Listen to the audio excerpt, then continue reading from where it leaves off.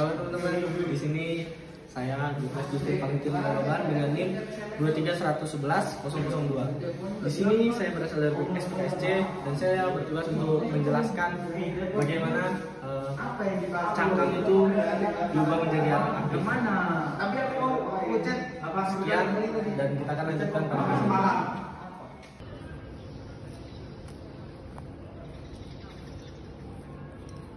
Saya Ismoyo Bambang Daratmojo dengan NIM 231110009 kelas SPKSC. Saya dari kelompok 1 dan di sini saya bertugas sebagai pembuat PPT dari review jurnal yang diberi oleh dosen. Perkenalkan, nama saya Bimo Fabiansa. Saya dari kelas SPKSC dari kelompok 1. Tugas saya membuat PPT. Terima kasih. Perkenalkan, nama saya Agun Prasetyo dengan NIM 231110023. Saya dari kelompok 1. Tugas saya di sini adalah bagian editing video. Terima kasih. Pagi semuanya, perkenalkan nama saya Mika Hermawan. Saya angkatan 2023 dari kelas SPKSC dengan NIM 23111-029. Saya di kelompok biokimia ini ditugaskan sebagai review. Sekian, terima kasih.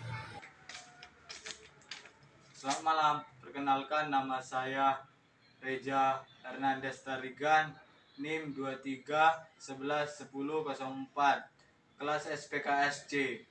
Saya dari kelompok 1 biokimia.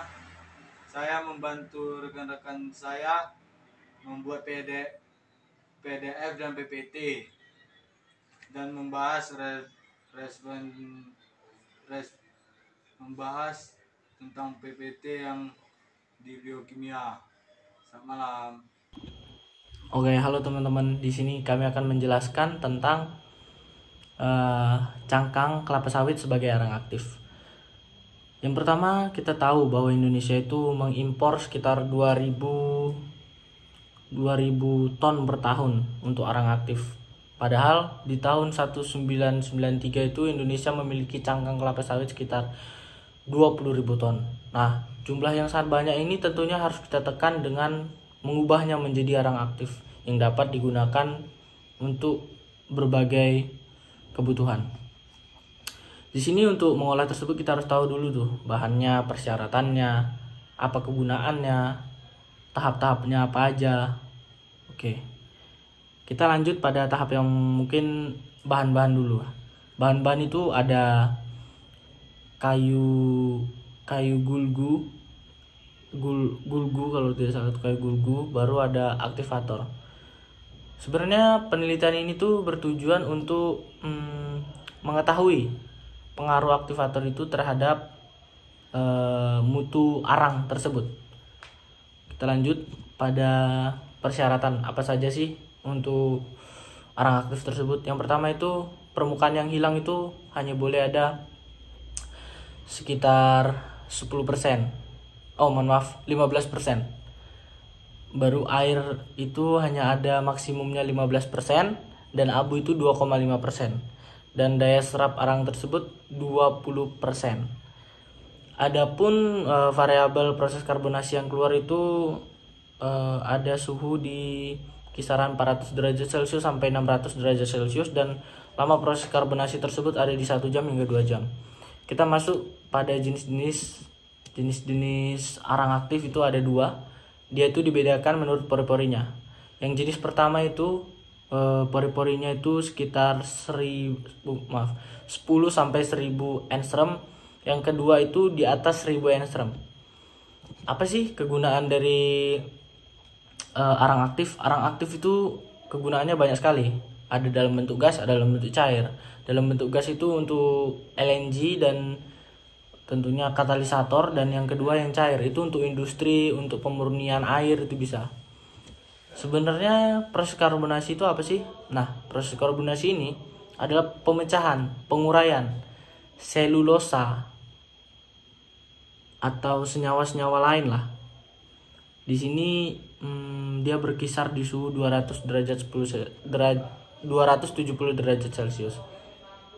Ada 4 tahap untuk proses karbonasi. Yang pertama itu di tahap awal itu di suhu 100 sampai 200 atau 120 derajat Celcius. Baru yang kedua itu ada di suhu 120 hingga 310 derajat Celcius, dan tahap ketiga itu 310 hingga 500 derajat Celcius, dan yang terakhir itu ada 500 hingga 1000 derajat Celcius. Proses aktivasi itu sebenarnya adalah proses di mana adanya kenampakan fisik atau perubahan fisik dari arang aktif tersebut. Baru yang kedua, aktivasi kimia itu penambahan zat-zat kimia kayak KCl, baru NHNO3 dan lain sebagainya. Baru aktivasi dengan suhu tinggi, jadi diberikan suhu yang tinggi untuk melihat aktivasi dari arang tersebut. Adapun faktor-faktor yang mempengaruhi arang aktif itu adalah waktu perendaman, konsentrasi aktivatornya, dan ukuran bahannya sendiri. Adapun tahap aktivasi dengan suhu tinggi itu ada proses karbonasinya dan dilanjutkan dengan suhu yang tinggi atau dengan steam. Oke, mungkin sedikit yang bisa saya sampaikan. Apabila ada salah kata, saya mohon maaf. Saya mewakili teman-teman saya dan kami berterima kasih atas perhatian yang diberikan, dan sampai jumpa di video-video berikutnya. Dadah.